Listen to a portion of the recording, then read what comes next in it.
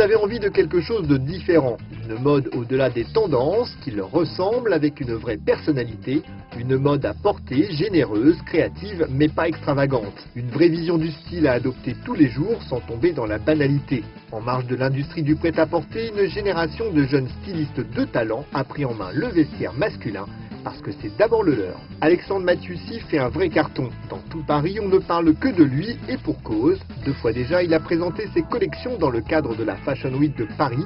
Ses collections s'arrachent sur un célèbre site de vente en ligne et il a ouvert ce printemps son 2e magasin éphémère. Un succès, on vous dit, pour ce jeune styliste qui annonce la couleur. Avec son label Ami, il crée pour ses amis.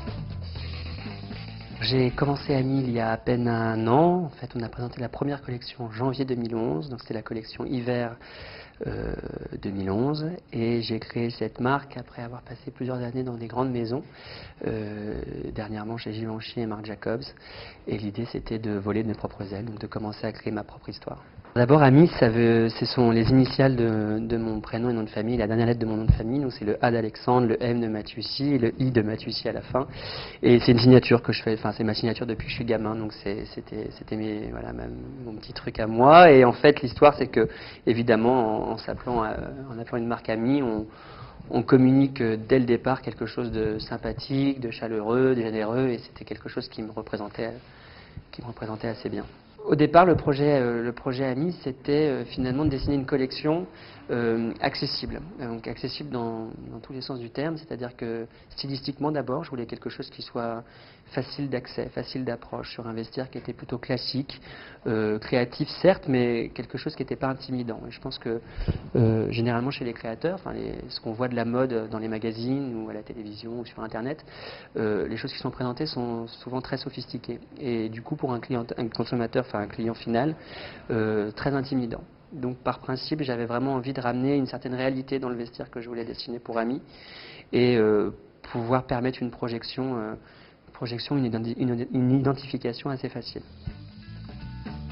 De beaux basiques, de beaux tissus, des détails tailleurs et une fabrication soignée, le vestiaire imaginé par Alexandre Matthiussy a vocation à durer. Loin des caprices et des aléas de la hype, ces vêtements, on les aime pour longtemps. Et du coup, c'est vraiment essayer de composer un vestiaire, vraiment le vestiaire de l'homme, voilà, de l'homme qui nous ressemble, hein, des gens qu'on croise dans la rue, qu'on croise à une terrasse de café, voilà, dans le métro. Donc c'est un homme du quotidien en fait. J'aime bien cette idée que l'homme qui s'habille chez nous, il est réel déjà. On n'est pas sur un fantasme, sur voilà un truc de papier glacé en fait. Donc voilà, je commence mon histoire comme ça et c'est vraiment, je me fais plaisir en fait. C'est vrai que là, la grande chance qu'on a, enfin que j'ai maintenant en étant mon propre patron, c'est que je me pose pas vraiment beaucoup de questions en fait. J'essaie de vraiment faire les vêtements que j'aurais moi-même envie de porter et du coup on construit le vestiaire comme ça étape par étape. Voilà, donc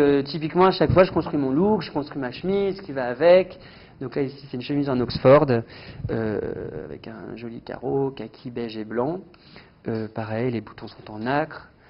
Et ici on a par exemple un imperméable en coton technique, c'est quelque chose qui est très souple, qui est pareil complètement non doublé, avec un détail de suède sous le col. Donc c'est vraiment du daim, kaki pour le coup, avec encore cette histoire de boutonnière sur le bas de manche. Même préoccupation pour Vincent Schopfer. Après avoir fait ses premières armes dans la mode femme, il s'oriente rapidement vers la mode masculine, car à l'évidence, entre le luxe et la grande diffusion, il y a un grand vide qui ne demande qu'à être comblé. Moi, ça fait déjà presque 10 ans en fait que j'ai démarré, à la fin de mon école, j'ai fait l'école S-Mode, donc un cursus en 3 ans, et à la fin de ce cursus, quasiment dans la foulée, j'ai eu l'envie de créer mes propres collections. Donc tout d'abord pour de la femme, jusqu'en 2005, 2006. Et ensuite, à la faveur du festival des jeunes créateurs de Dinard, où j'ai présenté une collection homme, pour laquelle j'ai eu un prix d'ailleurs, le prix de la ville de Paris. Ça a été vraiment un engouement et puis je me suis rendu compte que je m'épanouissais plus dans la création masculine et que c'était quelque chose de plus simple, c'était plus évident en fait. Et c'est de là que j'ai commencé à créer des collections masculines sous mon nom, donc depuis 2006.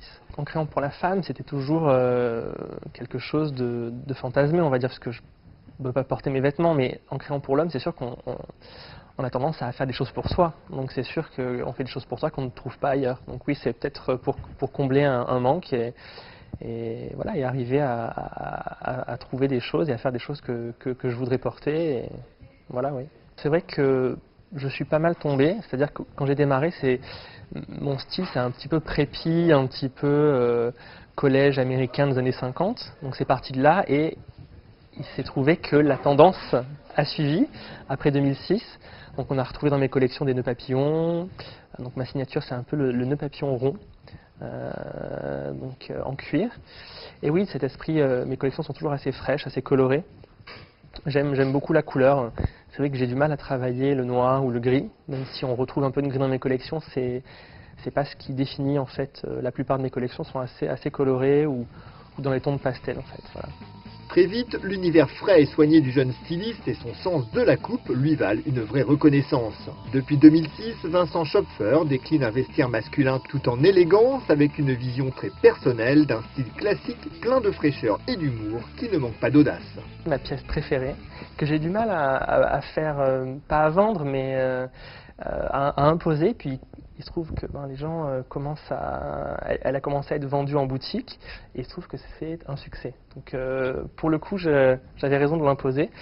C'est une combinaison à partir d'un tissu Oxford de chemise et il se trouve aussi qu'on l'a beaucoup, on commence à avoir les combinaisons dans les collections hommes de plus en plus. Parce qu'il est selon lui le parent pauvre de la garde-robe masculine, Vincent Schopfer a décidé de travailler sur le potentiel style du pantalon en déclinant coupe et matière. On trouve l'essence de la collection à la fois sport et à la fois un petit peu avec le col Claudine, vous voyez, un petit peu plus habillé, on va dire. Pour les vestes, je travaille avec un modéliste en France, en fait, pour qu'à chaque fois, les vestes soient le mieux taillées possible, parce qu'une veste de costume mal taillée n'a pas grand intérêt.